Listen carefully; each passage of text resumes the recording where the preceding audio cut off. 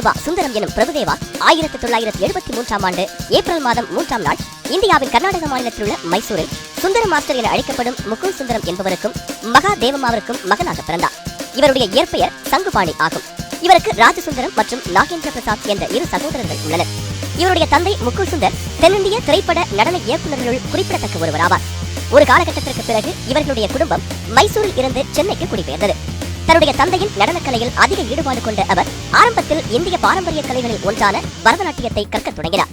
Rubber போன்று வளைந்தாடுவதிலும் சரி, மின்னல் வேக நடன அசைவுகளிலும் சரி, நாளடைவில் மேற்கத்திய நடனக்கலையிலும் தேர்ச்சி பெற்றவராக வளர்ந்தார். 1988ஆம் ஆண்டு அக்னி நட்சத்திரம் என்ற திரைப்படத்தில் தன்னுடைய தந்தையின் நடன அமைப்பில் ஒரு நடன கலைஞராக திரைப்படத்துறையில் முதலாக கால் பதித்தார்.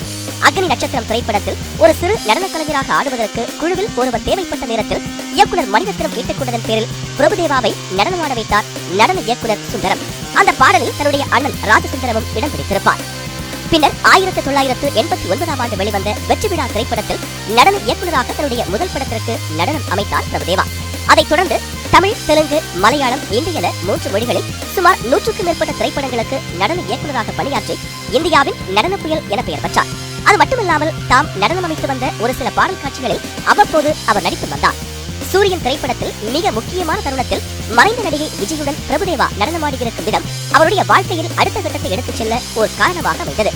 நடிகர் முரளி நடித்த இதயம் திரைப்படத்தில் ஏப்ரல் மேயிலே பாடல் மிகப்பெரிய வரவேற்பை பெற்றுக் கொடுத்தது.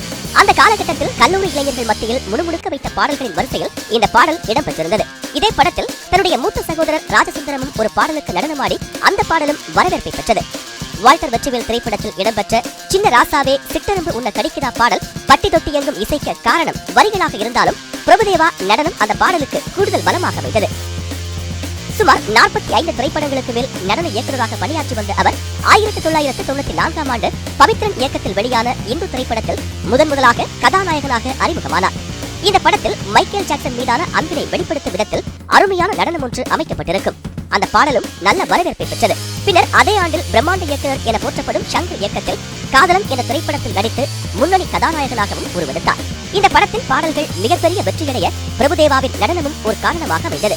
குறிப்பாக பேட்டராப் என்ற பாடலில் இன்றைய தலைமுறையினரும் ரசிக்கும் இடத்தில் அவர் நடனமாடியிருப்பார். காதலன் பட வெற்றியை தொடர்ந்து Rasaiya, love bird, Mister Romeo, Minsara Kanavu, VIP, நாம் இருவர் நமக்கு இருவர், காதலா காதலா, நினைவிருக்கும் வரை, டைம், வானத்தை போல, ஏழையின் சிரிப்பில், பெண்ணின் மனதை தொட்டு, டபுள், மனதை திருடிவிட்டாய், அலாவுதீன் போன்ற திரைப்படங்களில் நடித்து மேலும் புகழ் பெற்றார். வேகமாக நடனமாடும் திறமைக்காக இந்தியாவின் மைக்கேல் ஜாக்சன் என அனைவராலும் புகழப்பட்ட அவர் ஒரு நடன அமைப்பாளராக மட்டுமல்லாமல் திரைப்படத்தில் பலவிதமான நடன அசைவுகளை தந்து கோலிவுட் திரையுலகில் மாபெரும் நட்சத்திரமாக திகழ்கிறார். ஜென்டில்மேன் திரைப்படத்தில் சிக்கு ரயிலே பாடலுக்கு இவர் ஆடிய நடனம் இளைஞர்களை பைத்தியமாக்கியது எனலாம். சங்கரின் இயக்கத்தில் வெளிவந்த காதலன் திரைப்படத்தில் மெக்சிகோ நாட்டின் கௌபாய் பட பாணியில் எடுக்கப்பட்ட முக்காலா முக்காப்பலா பாடல் கற்பனைக்கு எட்டாத வகையில் வரவேற்பை பெற்றது.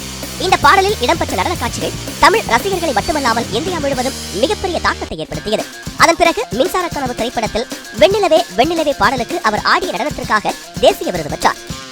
1, 2, 3 திரைப்படத்தில் தன் மூத்த மற்றும் இளைய சகோதரர்களுடன் கைகோர்த்து முழு நீள நகைச்சுவை படத்தினை கொடுத்திருப்பார் பிரபுதேவா. இதில் அவர் பார்வையற்ற இளைஞராகவும், ராஜசுந்தரம் காது கேட்க முடியாதவராகவும், நாகேந்திரா வாய் பேச முடியாதவராகவும் நடித்திருப்பார்கள். காதலா காதலா திரைப்படத்தில் நடிகர் கமல்ஹாசனோடு இணைந்து நடித்ததுடன் இருவரும் சேர்ந்து காசு மேலே காசு வந்து என்ற ஒரு பாடலுக்கு நடனமாடியிருப்பார்கள். இந்த படத்தில் நகைச்சுவை காட்சிகளில் சிறப்பாக நடித்திருப்பார் பிரபுதேவா. நடிகர் ரஜினிகாந்தின் ரோபோ திரைப்படத்தில் ரஜினிகாந்த், ஐஸ்வர்யா ராய் இணைந்து ஆடும் ஒரு சிறிய காட்சியில் ரஜினிக்கு டூப்பாக நடித்தவர் பிரபுதேவா. தமிழ் திரைப்படத்துறையில் முன்னணி கதாநாயகர்களுக்கு ஒரு நடன அமைப்பாளராகவும் கதாநாயகனாகவும் வலம் வந்து கொண்டிருந்த அவர் நுவ்வு ஒஸ்தானண்டே நெனோத்தடனா என்ற தெலுங்கு படம் மூலம் இயக்குநராக தன்னுடைய பெயரை பதிவு செய்தார். 2005ஆம் ஆண்டு வெளியிடப்பட்ட இந்த திரைப்படம் அவருக்கு சூப்பர் ஹிட் வெற்றியை பெற்றுத் தந்தது. இந்த படத்தின் வெற்றியை தொடர்ந்து அடுத்த ஆண்டே தமிழில் சம்திங் சம்திங் உனக்கும் எனக்கும் என்ற படத்தை தேவி ஸ்ரீ பிரசாத் இசையில் வெளியிட திரைப்படம் வெற்றி பெற்றது. இதைத் தொடர்ந்து பௌர்ணமி, போக்கிரி, வில்லு, வாண்டட், எங்கேயும் காதல், வெடி போன்ற பல திரைப்படங்களை இயக்கிய அவருக்கு 2012ஆம் ஆண்டு அக்ஷய்குமார் நடிப்பில் இந்தியில் வெளிவந்த ரவுடி ராத்தோர் திரைப்படம் மாபெரும் வெற்றியை பெற்றுக் கொடுத்தது. இந்திய சினிமாவில் 100 கோடிக்கு மேல் வசூல் செய்து சாதனை படைத்த திரைப்படம் என அது பதிவு செய்யப்பட்டது. குறிப்பாக சொல்லப்போனால் இந்திய திரையுலகில் ரீமேக் படங்களை மட்டுமே இயக்கி அதிலும் வெற்றி கண்டார். தற்போது இவர் இயக்கத்தில் நடிக்க பல முன்னணி இந்திய நடிகர்கள் ஆர்வமாக இருக்கிறார்கள் என்பது குறிப்பிடத்தக்கது. 25க்கும் மேற்பட்ட திரைப்படங்களில் நடித்திருக்கும் பிரபுதேவா ரமலத் என்ற இஸ்லாமிய பெண்ணை திருமணம் செய்து கொண்டார். அவர் திருமணத்திற்கு பிறகு ரமலத் என்ற பெயரை லதா என மாற்றிக்கொண்டார். இவர்களுடைய திருமணம் வீட்டில் எதிர்ப்பு இருந்தாலும் தன்னுடைய காதல் மனைவியுடன் நல்ல முறையில் அன்போடு வாழ்க்கை நடத்தி வந்தார் பிரபுதேவா. இவர்களுக்கு 3 குழந்தைகள் பிறந்தனர். அவர்களில் மூத்த மகன் கடந்த 2008ஆம் ஆண்டு புற்றுநோயால் பாதிக்கப்பட்டு உயிரிழந்தார். குறிப்பாக 2008ஆம் ஆண்டு வில்லு திரைப்படத்தினை இயக்கிக் கொண்டிருக்கும் போது கதாநாயகியாக நடித்த நயன்தாராவுடன் காதல் ஏற்படவே இறுதியில் இருவரும் திருமணம் செய்து கொள்ள தீர்மானித்து தனது முதல் மனைவி ரமலத்தை பிரபுதேவா விவாகரத்து செய்தார். அவருக்கு திருமணம் நடந்து 2 பிள்ளைகள் இருப்பதை தெரிந்தும் அவருடன் வாழ சம்மதித்தார் நயன்தாரா. அவரின் பெயரை கையில் பச்சை குத்தி கொண்டதுடன் சினிமாவில் நடிப்பதையே நிறுத்தியிருந்தார். இருவரும் திருமணம் செய்து கொண்டு மும்பையில் குடியேற திட்டமிட்டிருந்த நிலையில் திடீரென அவர்களுக்குள் பிளவு ஏற்பட்டு இருவரும் பிரிந்தனர். மீண்டும் தமிழ் திரைப்படங்களில் நடிக்க துவங்கியுள்ள பிரபுதேவா சமீபத்தில் வெளிவந்த தேவி, குலேபகாவலி போன்ற படங்களில் சிறப்பான நடிப்பை வெளிப்படுத்தியதுடன் இன்றைய இளைய தலைமுறைக்கு சவால் விடும் அளவிற்கு நடன அசைவுகளை கையாண்டிருப்பார்.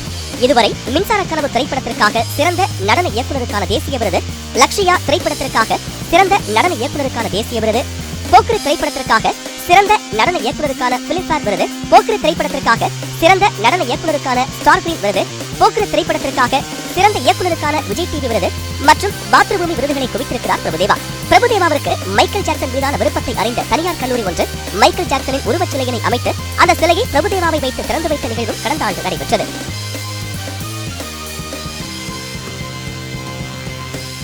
பிரபுதேவாவிற்கு உலக அளவில் ரசிகர்கள் இருந்தாலும் சென்னையை பொறுத்தவரை ஒரு தனியிடம் அவருக்கு எப்போதும் உண்டு. ஆரம்ப காலம் முதலே அதிக ரசிகர்கள் வடசென்னை பகுதியில் காணப்பட்டு வந்த நிலையில் சமீப காலமாக அதிக அளவில் இளைஞர்கள் குறிப்பாக பிரபுதேவாவின் பாடல்களுக்கு, பிரபுதேவாவின் நடன அசைவுகளுக்கும் நடனமாடுவதில் ஆர்வம் காட்டி வருகின்றனர். மைக்கேல் ஜாக்சனை நேரில் பார்க்க முடியாத ஒரு குறையினை பிரபுதேவாவின் நடனம் மூலம் காண்பதாக கூறி வரும் இளைஞர்கள் பிரபுதேவாவின் நடன அசைவுகளை ஆடி வருவதால் வெளியிடங்களில் பார்க்கும் பார்வையாளர்கள் மத்தியில் பெருமையாக இருப்பதாக கூறுகின்றனர். வடசென்னை என்றாலே குத்துப்பாட்டுக்கு நடனமாடும் இளைஞர்கள் தான் இருப்பார்கள் என்ற நிலையை மாற்றி எந்த மாதிரியான பாடலாக இருந்தாலும் அந்த பாடலுக்கு ஏற்ற நடனத்தை தங்களால் கொடுக்க முடியும் என்று கூறும் இளைஞர்கள் பிரபுதேவாவின் நடன அசைவே இதற்கெல்லாம் காரணம் என்றும் கூறுகிறார்கள். ஒரு காலத்தில் தங்களின் திறமையை வெளிப்படுத்த எந்த ஒரு சூழ்நிலையும் இல்லாத காலகட்டத்தில் பிரபுதேவாவின் பெயரில் சில தனியார் தொலைக்காட்சிகள் நடன போட்டியை நடத்தி வரக்கூடிய சூழல் அரங்கேறியதும் நடனம் மீதான இளைய தலைமுறையினரின் ஆர்வத்தை காட்டியது. பட்டி தொட்டியில் இருந்தெல்லாம் தங்களின் திறமையை காட்டுவதற்கு குவிந்த கூட்டம் பிரபுதேவா என்ற ஒற்றை பெயர் ஒரு பக்கம் இருந்தாலும் நடனத்தில் அடுத்த பரிணாமத்தில் இளைஞர்களின் ஆர்வத்தை அறிய முடிந்தது. ஒரு நடன இயக்குனர் பெயரில் நிகழ்ச்சி நடத்தக்கூடிய சூழ்நிலை பிரபுதேவாவிற்கு மட்டுமே இடம் தேறியுள்ளது. காலப்போக்கில் பல தொலைக்காட்சிகளில் நடன போட்டிக்கென்று ஒரு நிகழ்ச்சிக்கு நேரம் ஒதுக்கும் அளவிற்கு நடனம் மீதான ஆர்வம் அதிகரித்துள்ளது. நாட்டுப்புற நடனம், கரகம், ஒயிலாட்டம், மயிலாட்டம் என்பதெல்லாம் மாறி காலப்போக்கில் போக், டிஸ்கோ, பெல்லி, பரதம், குத்து ஆட்டம் என பலவித நடன அசைவுகள் வருவதை பார்க்க முடிகிறது. யாருக்குள் எந்த மாதிரியான திறமை ஒளிந்திருக்கிறது என்பது அறிந்து அதற்கு ஏற்றாற்போல் திறமையை வளர்க்க வேண்டும் என்பது ஒரு பக்கம் இருக்க, நடனத்தையே உடற்பயிற்சி வகுப்புகளாக மாற்றி ஜூம்பா நடனம் என்ற பெயர் சூட்டி தொழில் செய்யக்கூடிய சூழலும் இப்போது காணப்படுகிறது. இதுபோன்ற வகுப்புகளுக்கு அதிக அளவில் இல்லத்தரசிகள் செல்வது நல்ல வரவேற்பை பெற்றுள்ளது. வெளிநாட்டில் ஸ்டிட் டான்ஸ் என்று அழைக்கப்படும் நடனம் சில ஆண்டுகளாக இந்தியாவில் வர துவங்கியிருக்கிறது. சமூக வலைதளத்தில் விதவிதமான நடனங்கள் வர துவங்கியிருக்கின்றன. பல நாடுகளில் இந்தியாவில் இருந்து செல்பவர்கள் எண்ணிக்கை தற்போது அதிகரித்துள்ளது. இந்த காலத்தில் இருக்கும் பெற்றோர்களும் பிள்ளைகளின் படிப்பில் கவனம் செலுத்துவதை விட தன் குழந்தைகளை நடனத்தில் வளர்த்துவிட வேண்டும் என்ற ஆர்வத்தில் பல பயிற்சி வகுப்புகளுக்கு அழைத்துச் செல்லக்கூடிய சூழல் இருக்கிறது. தனக்கு கிடைக்காத ஒன்று தன்னுடைய பிள்ளைகளுக்கு கிடைக்க வேண்டும் என்ற ஒரு போராட்ட நிலையில் நடனங்களை கற்பதற்கு அவர்கள் தயார் செய்கிறார்கள். இவை அனைத்திலும் பிரபுதேவாவின் பங்கு இல்லாமல் இல்லை என்பதில் எள்ளளவும் மறுக்க முடியாது. 5 வயது சிறுவர்களுடனும் ஈடுபடுத்தி ஆடவும் 25 வயது இளைஞர்களுக்கு இணையான நடனத்தில் புதுமையை மேற்கொள்வதிலும் பிரபுதேவாவிற்கு என்று ஒரு சிறப்பு இடம் இருக்கிறது. ஒரு காலத்தில் குழந்தைகளிடம் நீ வளர்ந்து பெரியவனானதும் யாரை போல் நடனமாட நினைக்கிறாய் என்றால் மைக்கேல் ஜாக்சன் என்பார்கள். இன்று அதே கேள்வியினை நம் குழந்தைகளிடம் கேட்டால் பிரபுதேவா போல் நடனமாட வேண்டும் என்பார்கள். அந்த அளவிற்கு குழந்தைகள் மத்தியில் நடனத்தை கொண்டு சென்றிருக்கிறார் இந்த ரப்பர் மனிதர்.